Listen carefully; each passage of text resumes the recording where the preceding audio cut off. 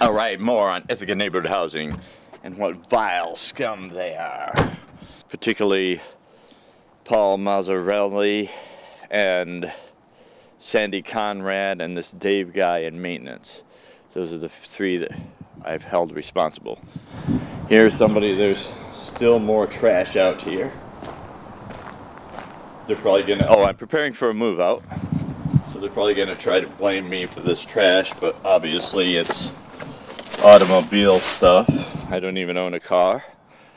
They're probably going to try to blame me for their windows. I dug up these screens that never really fit into place. So they have that. They have no excuse. But I presume they're going to try to charge me for damage to the screens, even though they were not properly. Actually, that should be in their records, because they did a walk-in inspection and all of these windows were not opened. They attempted to put these new handles on it, but they never really worked. Zero in on the... They did put the handles on, but it wasn't the handles that were the problem, it was the cranks that didn't work. Like this one particularly is... Wait, is this the one? Yeah. That it goes, but this whole thing is broken out. As you can see, here is what it's supposed to look like. Here is what is missing. All right, Mr. Cleet is on the scene here with the Ithaca Neighborhood Housing Landlord from Hell series. As you remember, my friend Tony was on before, but he's not going to talk, but it's something that happened to him. His caretaker here, Donald, was the situation with the whole fire situation. The fire thing. I tried to tell about it, but we want to get first-hand info here. What actually happened? Well, first of all, the landlord, it's right in the lease. The landlord is supposed to replace the batteries in the fire, in the smoke detectors. Yeah. And when they came to replace them, they tried to charge us $2,500 the first time. And then they $2,500? Yeah. They said that was the fine for not having batteries in the smoke detector. And I said, well, you people are supposed to be in charge of that, not us. Yeah, that's what they always do. They try to blame the tenant for what they're supposed to do. Yeah. So then they dropped it down to $500, and I said, $500? Now wait a minute. It says in the lease, you are supposed to replace these batteries. We shouldn't have to pay anything. Well, now I don't know if they left it at $500 or what they've done with it now, but we shouldn't have to pay anything. No, they just continued it. Right on. It was their malfunctioning equipment it started out with. As I understand it, it kept going off, and that's why you took the batteries out. It kept beeping at night, and you can't sleep with that beeping going on. And we reported it to them, like we're supposed to report it to them, and they didn't do anything for a couple of days. Wow, this is just another example of how they're just abusing their tenants, and they're like scamming the government for getting subsidies to provide affordable housing. They only provide like 20% of their units, and then for those of us that they do provide affordable housing, they like keep fining the shit out of us, so that makes our life a living hell. As Tony had testified before, they made it feel like a piece of shit on the other show, but he's not feeling too well, so I won't bother him today. But thank you very much for the... Yeah, you're welcome. All right, thanks for... Because I've got a whole bunch of people lined up to expose how these people are like... All right. Yeah. Right, then I'm going to like ambush some of the Sandy Conrad and like say, why are you abusing people? And like put the camera in her face. And, all right. But hey, thanks again. And we'll be back more with about the Landlord from Hell, Ithaca Neighborhood Housing. Thank you. All right. All right. All right. Thank you. Thanks for bearing with me. Thank you. Thanks, my brother. See you later, Chris. Have a good one. I shall you do the The gentleman that lives in this apartment over here was the one that they asked when he moved in to spy on the rest of us. As you remember, it was like nails sticking out in this passageway here. And so anyway, this, you can see his unit is unsteady. So the eaves, they finally did install gutters. But this guy had water running and actually hurt his back. And he talked about water running on the porch and it froze. And because they did a remodel, they did new siding on this unit. But they didn't put the gutters in, but it looks like they finally did. So there's, hey, one good thing that they did.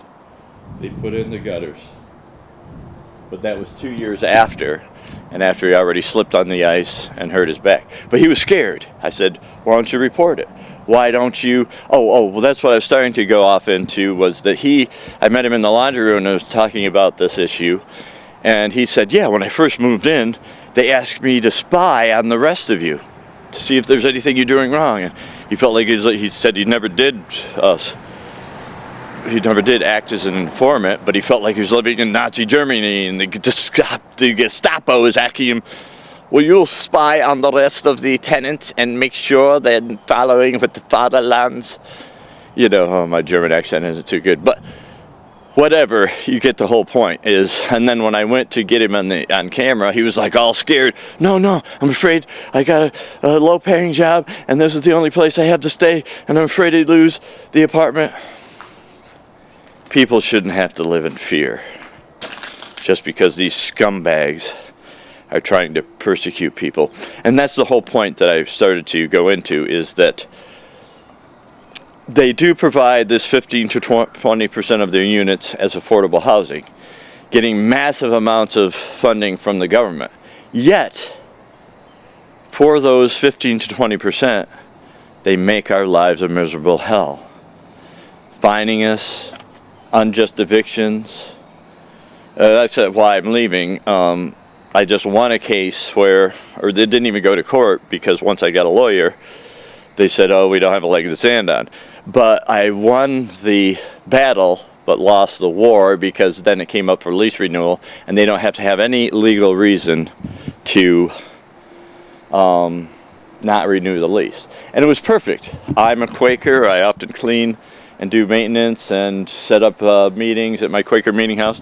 My unit is here with a cool Mr. Clean star on it. And then right across the way here, I have a little gate that I and my Quaker friends installed. And here is my Quaker meeting house. So it was great. It was like a divine providence thing that I got this unit, and now because of their weaseliness, I'm having to leave. And I probably won't be able to set up meetings here and prepare coffee and do what we Quakers call sweepers. I come in and clean the building or sweep it, and it's mainly just sweeping is why I guess we call it sweepers, because I do clean the bathrooms. But anyway, I was able to open up for for different meetings if people couldn't make it.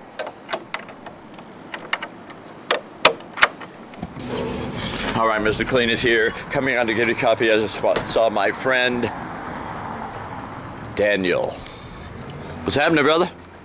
Oh, not too much. How are you? Good. He's going to come on the show at some point and do the Ballad of the Green Beret. Well,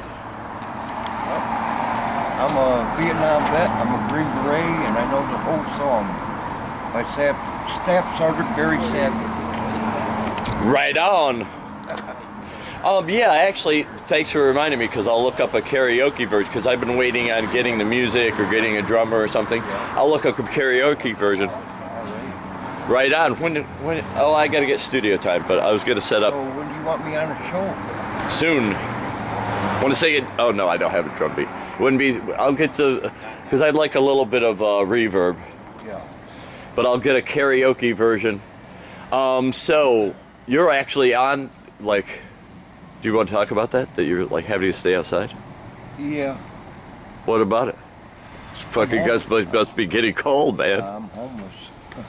Like, I would have brought you in, but I just had I got these weasels, Ithaca neighborhood housing, and they just gave me a bunch of problems, and so I can't really deal with that. Well, Could you stick me in tonight? No. Damn. No, they just gave a whole problem. And that's the whole problem with good neighborhoods. I can't even have a guest now. Because, like a guy that's out in the cold, I can't even bring him in because they're ready to evict me and all that. Well, I'm on top of it. It's all their problem. But because they've arranged things that it's sad. So fuck you, Ithaca neighborhood housing. But anyway, so we'll be, you're probably not, after having slept out all night, you're probably not ready to answer any questions. So we'll wait until, look forward to the next few episodes when we will have the Ballad of the Green Beret. Okay. I'll get like a karaoke version. Yeah. And hopefully I'll have enough to buy you a good meal to get you warmed up for the song. All right. All right, my brother, good to see you. Yep.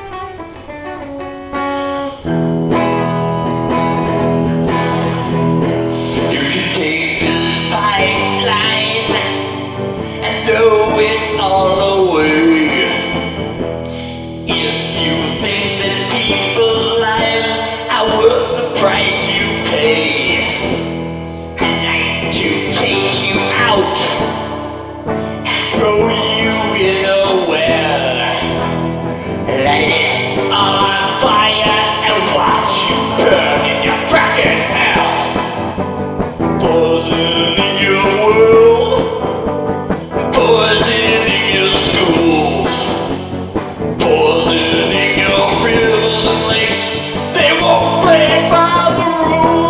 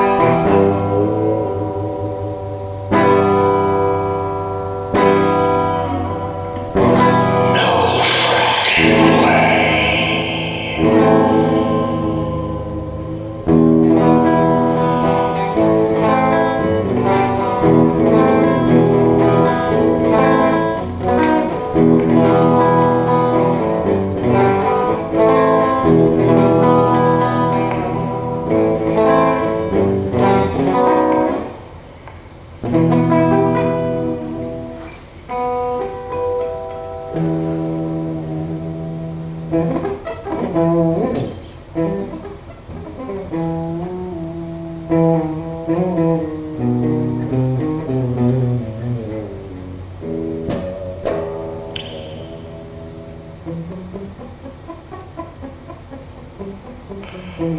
Earth is coming back. Coming back from the frack attack.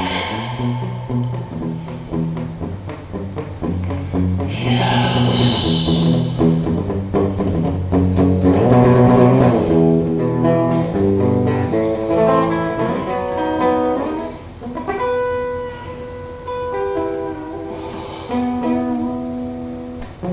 Those responsible, stockholders in the company, people responsible. The bad tide is coming upon them. They're reaping what they sow. Poison, disease, toxicity.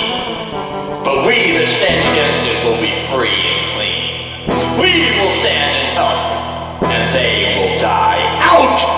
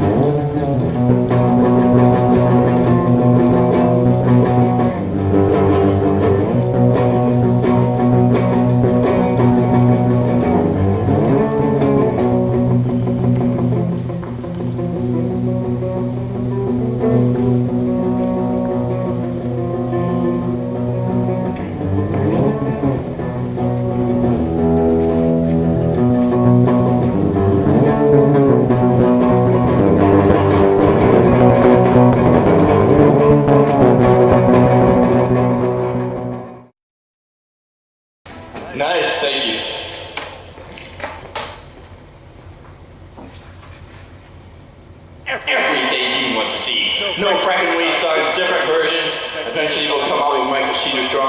original version, punk, acoustic punk, and we'll come up with a hard rock version. Everything you want to see.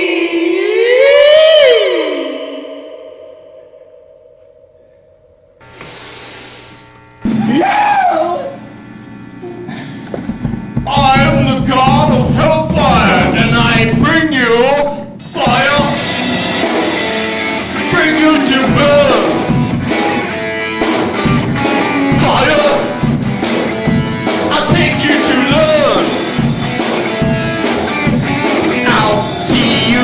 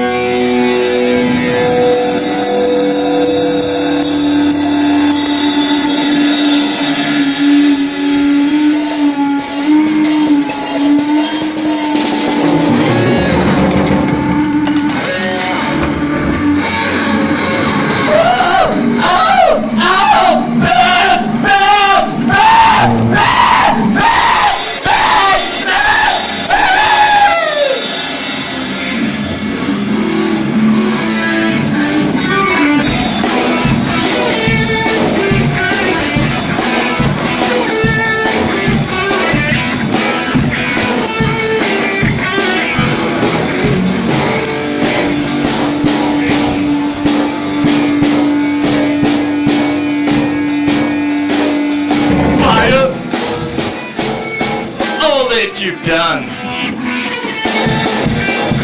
Fire for denying God's son. It's time to burn.